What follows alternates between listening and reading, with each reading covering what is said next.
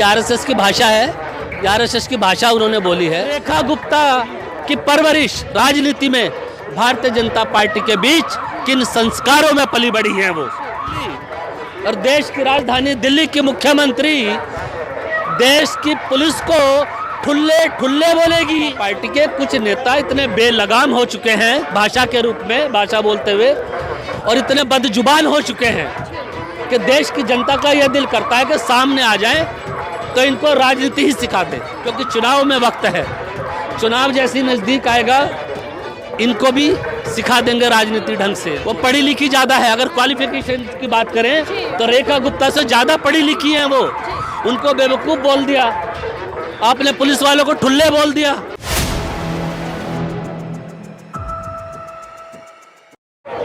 नमस्कार, आप देख रहे हैं 4 PM। मैं आपके साथ नफीसा खान। दिल्ली की नई नवेली मुख्यमंत्री रेखा गुप्ता ने एक बार फिर से ऐसे इंटरव्यू में विवादित बयान दे दिया है कि जिसके बाद सोशल मीडिया पर वो लगातार ट्रोल होने लग गई है। मौजूदा सीएम, पूर्व सीएम, दिल्ली की पूर्व सीएम आतिशी को लेकर, यूपी के पूर्व सीएम अखिलेश यादव को लेकर तरह तरह की बातें कर रहे हैं, टोटी चोर बता रहे हैं, तो कुछ बहुत कुछ कह रहे हैं, जिसके बाद सोशल मीडिया पर इस सवाल उठने लग गया है कि आखिरकार रेखा गुप्ता अपने पद की गरिमा भी भूल गई है क्या। और बीजेपी के तमाम नेता अपने पद की गरिमा को साइड रखकर भाषा की मर्यादा को खोते हुए अब इसी तरीके से विपक्ष पर आरोप प्रत्यारोप में हमला करेंगे। मेरे साथ आम जनता उनसे समझते हैं कि उनकी इस पूरे विवाद को लेकर राय क्या है, और क्या जनता बीजेपी के तमाम नेताओं को भाषा की मर्यादा वाला सबक सिखाएगी। चर्चा की शुरुआत करते हैं। सर, इंटरव्यू तो आपने भी देखा होगा मानव गुप्ता के साथ, किस तरीके से रेखा गुप्ता एक के बाद एक तीखे हमले कर रही हैं, लेकिन वो बयान दे रही है विवादित। उस बयान को लेकर आपकी राय?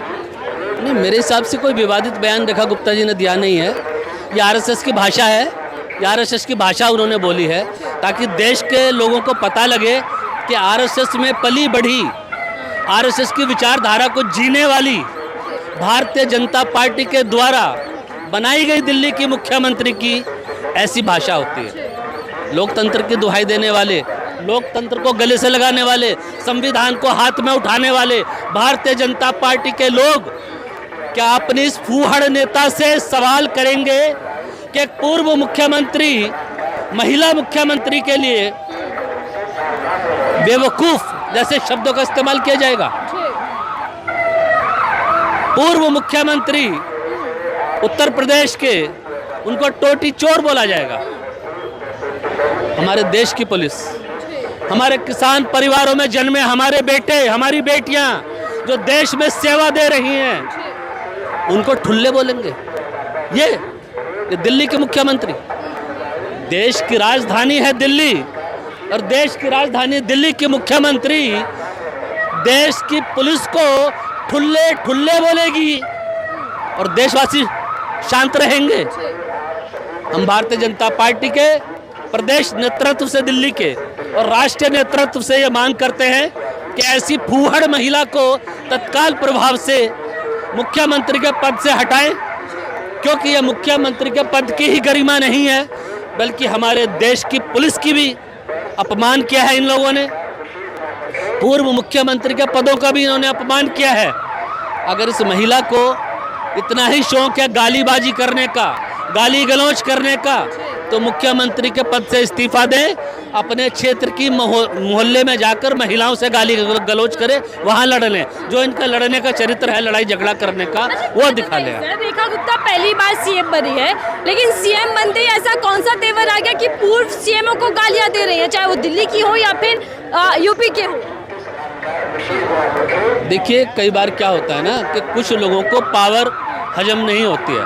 जो सत्ता का नशा होता है ना, वो हर कोई सहन। ये दुर्भाग्य है इस देश का कि हमारे प्रधानमंत्री नरेंद्र मोदी जी हमेशा से कहते रहे हैं कि हमारे भारतीय जनता पार्टी का जो आचरण है, जो उनका व्यवहार है, पार्टी नेताओं का, पार्टी के कार्यकर्ताओं का, वो एक सौहार्दपूर्ण वातावरण है, शांति प्रिय वातावरण है, महिलाओं की इज्जत करने वाला है। ये वो पार्टी है जो रात के 12 बजे नारी वंदन अधिनियम पास करती है, और भारतीय जनता पार्टी की महिला कार्यकर्ता नारी एक मुख्यमंत्री नारी को बेवकूफ़ बोलती है।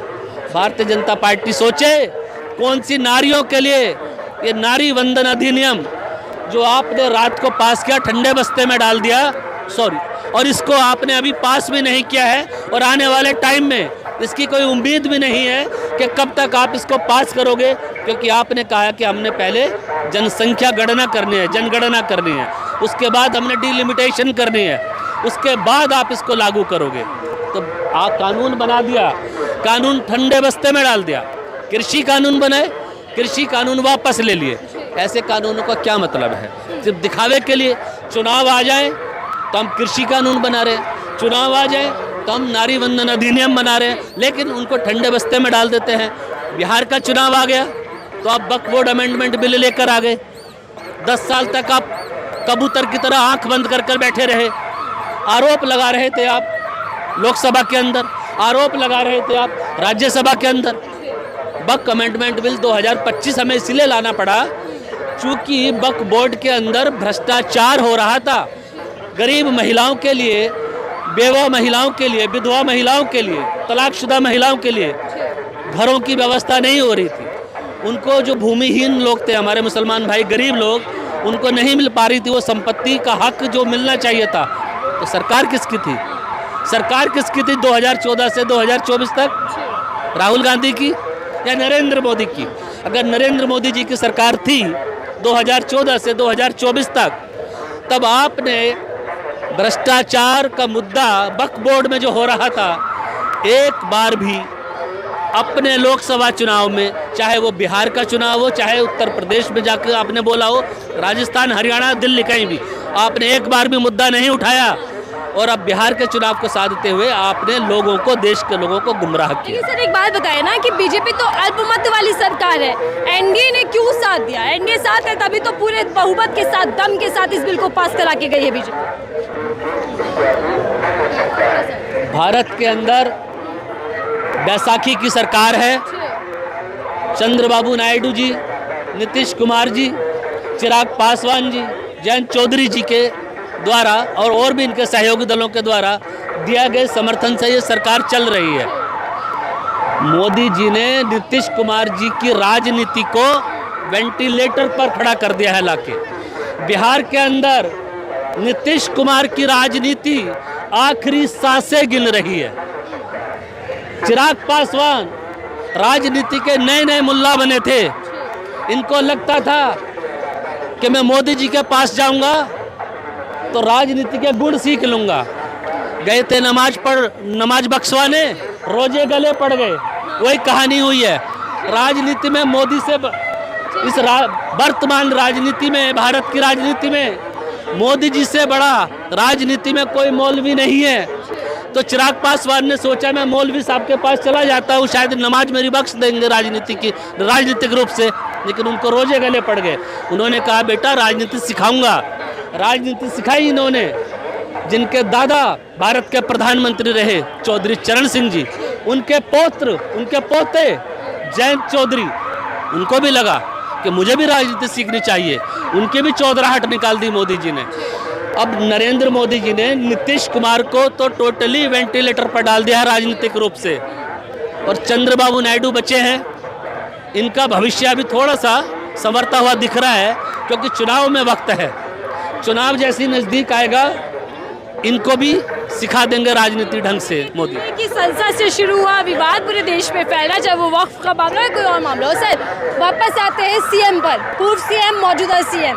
आखिर इतने बड़े नेताओं में माने जाते हैं अखिलेश यादव, बड़े नेता हैं, इंडिया अलायंस का बड़ा चेहरा है, उनको टोटी चोर बताना, सीएम रेखा जी क्या कहना चाहते हैं? और बीजेपी की बार बार तमाम नेताओं के बयान ऐसे ही आते हैं जिसमें मर्यादा गायब दिखाई देती है। दिल्ली की मुख्यमंत्री, बीजेपी की मुख्यमंत्री श्रीमती रेखा गुप्ता जी के द्वारा उत्तर प्रदेश के पूर्व मुख्यमंत्री माननीय अखिलेश यादव जी को एक बड़े चैनल के ऊपर, राष्ट्रीय चैनल के ऊपर टोटी चोर बोलना और उस पत्रकार का मेघनाद की तरह हंसना, कुंभकर्ण की तरह हंसना, उनको रोकना नहीं मुख्यमंत्री को कि आप कैसे शब्दों का इस्तेमाल कर रहे हैं पूर्व मुख्यमंत्री के लिए, वो उनका समर्थन करता दिखता है। ये भारतीय जनता पार्टी के राजनीतिक संस्कारों को दिखाता है कि रेखा गुप्ता की परवरिश राजनीति में भारतीय जनता पार्टी के बीच किन संस्कारों में पली बड़ी हैं वो। भारतीय जनता पार्टी की मुख्यमंत्री, महिला मुख्यमंत्री, एक पूर्व मुख्यमंत्री जो महिला हैं आतिशी जी, उनको बेवकूफ़ बोलती है। वो पढ़ी लिखी ज़्यादा है। अगर क्वालिफिकेशन की बात करें तो रेखा गुप्ता से ज़्यादा पढ़ी लिखी हैं वो। उनको बेवकूफ़ बोल दिया आपने, पुलिस वालों को ठुल्ले बोल दिया। लेकिन सीएम योगी जी भी तो हमले करते हैं कई बार सपा पर, खासकर अखिलेश यादव पर। टोटी चोर तो उनको पहले भी बोला गया है बीजेपी की ओर से। मैं वही तो, योगी जी तो अनुशासन भी सिखाते हैं कि अब जीरो टॉलरेंस है, किसी कीमत पर बर्दाश्त नहीं किया जाएगा जंगल राज, गुंडा राज। देखिए, भारतीय जनता पार्टी के कुछ नेता इतने बेलगाम हो चुके हैं भाषा के रूप में, भाषा बोलते हुए, और इतने बदजुबान हो चुके हैं कि देश की जनता का यह दिल करता है कि सामने आ जाए तो इनको राजनीति ही सिखा दे। इनकी भाषा 1 घंटा बिठाकर सड़क पर इनको बोलना भी सिखा दे। लेकिन हम मर्यादा में रहने वाले लोग हैं। हमारे देश का संविधान। फिर भी पूछती हूँ आपसे, सिखाने की बात आएगी तो सबसे पहले प्रधानमंत्री नरेंद्र मोदी जी को आप क्या सिखाना चाहेंगे? नरेंद्र मोदी जी को हम सिखाएंगे कि पहले भारत का संविधान पढ़ें। हम भारत के लोग की जो प्रस्तावना आती है उसको पढ़ें, उसके अंदर क्या लिखा है। उसके अंदर अगर पढ़ेंगे एक एक पन्ने को, मोदी जी बार बार कहते हैं मैं संविधान को जीता हूँ, मैंने अपना परिवार छोड़ा इस देश के लोकतंत्र की रक्षा करने के लिए। लोकतंत्र के मूल्यों का दम घोट रही है रेखा गुप्ता, लोकतंत्र का हनन कर रही हैं आपकी रेखा गुप्ता, आपकी दिल्ली की मुख्यमंत्री। लोकतंत्र को अपमानित कर रही हैं आपकी सीएम रेखा गुप्ता, और मोदी जी कहते हैं मैं संविधान पढ़ता हूँ। संविधान पढ़िए मोदी जी। मैं आपको कहना चाहता हूँ, आपको सीखना चाहिए संविधान से। संविधान का एक एक पन्ना पढ़िए, पन्ने छोड़ छोड़ कर मत पढ़िए। अमित शाह जी को क्या सबक सिखाइए या क्या ज्ञान देना चाहेंगे? अमित शाह जी से एक ही हमारा विनम्र निवेदन है कि जिस तरह का आचरण आप सदन के अंदर रखते हैं कि भारत सरकार का कानून है, सबको मानना पड़ेगा, ये गर्मी मत दिखाइए, ये भाषा मत बोलिए। वो लोकतंत्र का मंदिर है, वो अमित शाह की लोकसभा नहीं है। वो देश के 140 करोड़ हिंदू, मुसलमान, सिख, ईसाई, सभी जाति, धर्म, मजहब, पंथ समुदाय के लोगों की भावना है। वो लोग चुनकर भेजते हैं। ऐसे ही गर्मी भरे बयान देने हैं तो सड़क पर, लाल किले के चौराहे पर लाल बत्ती पा कर दीजिए, आपको भाषा का स्तर समझ में आ जाएगा। क्योंकि लोकसभा के अंदर आप कुछ भी बोलेंगे, आपके ऊपर कोई मुकदमा नहीं होता, कोई एफआईआर नहीं होती।